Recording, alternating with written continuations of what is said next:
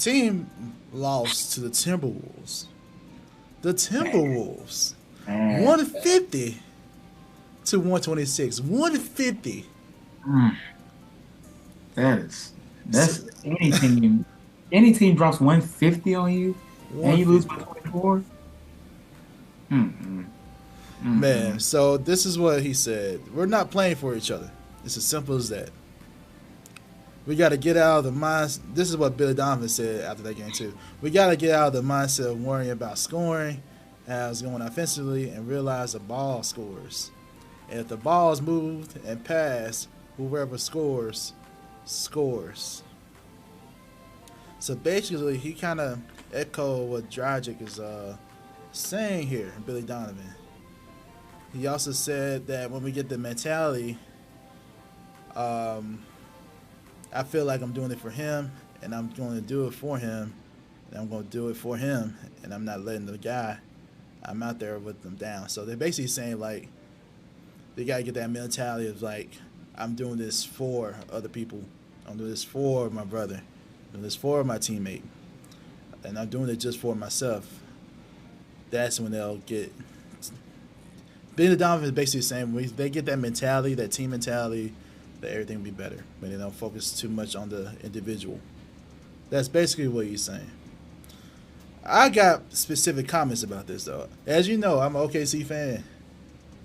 Billy Donovan had to deal with this in OKC. You had Russ and KD in their prime, superstar players. You gotta deal with those personalities to get the ball moving. He was preaching that. I remember in OKC. He kept preaching that.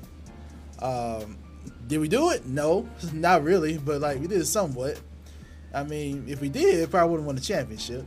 Just saying, that year when we were up 3-1 on Golden State Warriors before we lost. But anyway, Billy Donovan, he should have. Either way, he has some experience dealing with personalities like this. But the fact that the team's not buying in, that's kind of tough on him as a coach right now too.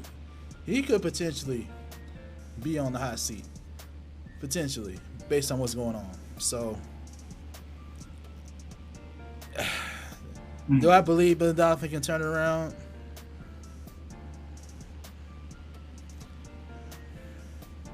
I don't got a lot of faith in him. I don't. I don't. I speak from experience from OKC.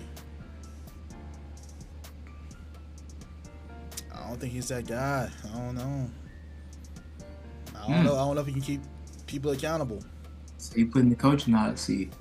I don't think Bill Donovan is that coach that can keep players accountable. Or to find that flow. I don't know. Because the thing is, we're talking about Zach LaVine and DeMar DeRozan.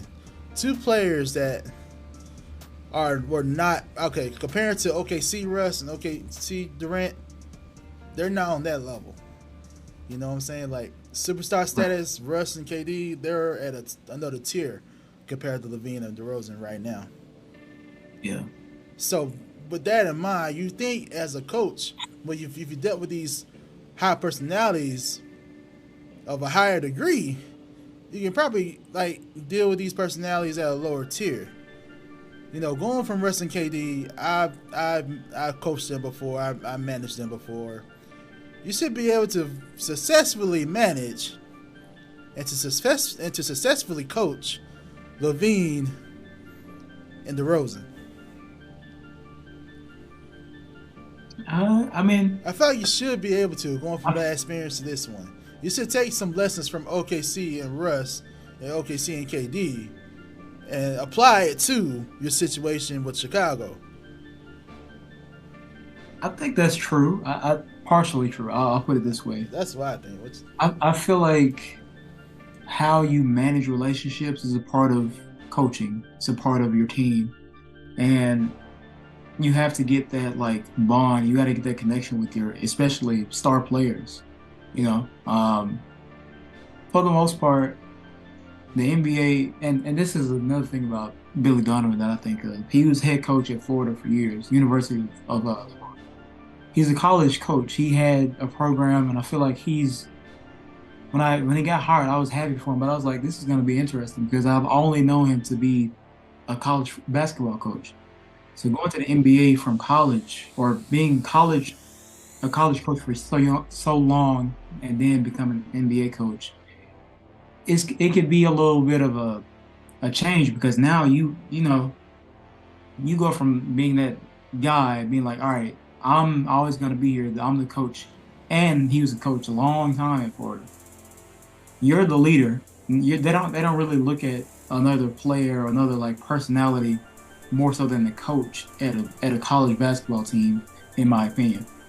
And then when you go to the NBA, when you have superstars and personalities and drama and all this extra off-court stuff and on-the-court stuff, and just trying to figure out like how to make everything work among all these things, it could be a little bit different. So I think Billy Donovan has done a pretty decent job during his NBA tenure with OKC. He got to the conference finals, very close, obviously. And then with Chicago, they had a great season this past season. Like, shockingly, I still don't think anybody really expected them to be that good out of the gate last season. And of course, they got hit with a lot of injuries and issues. But I think that he probably is still like adjusting when it comes to like managing that type of like star player relationship and kind of managing how to communicate with them. And obviously right now it is not looking like he can galvanize, but I feel like that's only part of the issue. If I had to say, is it because Donovan can't hold the locker room? Not really. I would say more so about, all right, he's not able to like exactly get through to the two stars. But then there are other issues that are big to me in this situation, because outside of those two, Vucevic, former All-Star, he's decent now. He's not a bad player by any means, but I feel like he's not being like maximized, or he's not having a great output. And then from there, who do you have? Patrick Williams, like second-year player, still kind of like learning the ropes, still kind of getting his confidence up. And Goran Dragic. I love Goran. I love the Dragon, but he's getting older. And outside of him, I can't really name any other significant guys that make a big impact. Kobe White I mentioned earlier, but he seems to not really be taking off as much as I thought he would either. So it's like, you can't just say, I wouldn't just say that it's like Donovan's losing the locker room. I think is that the relationship that he has with his star players isn't like bad, but it isn't the best. And therefore, when you already don't have a very just well-constructed team, well, you have Caruso, who's not been that good this year, but I think it's just being impacted by just from the top. The two guys that are supposed to be the best aren't really working that well, and therefore it just trickles down. Not necessarily because no one is listening to Donovan, but you have a point there. I mean, it's like it can't be denied by any means. But I feel like they have a lot more problems than just Donovan in the locker room. I feel like he had a good quote, like right here with the whoever scores.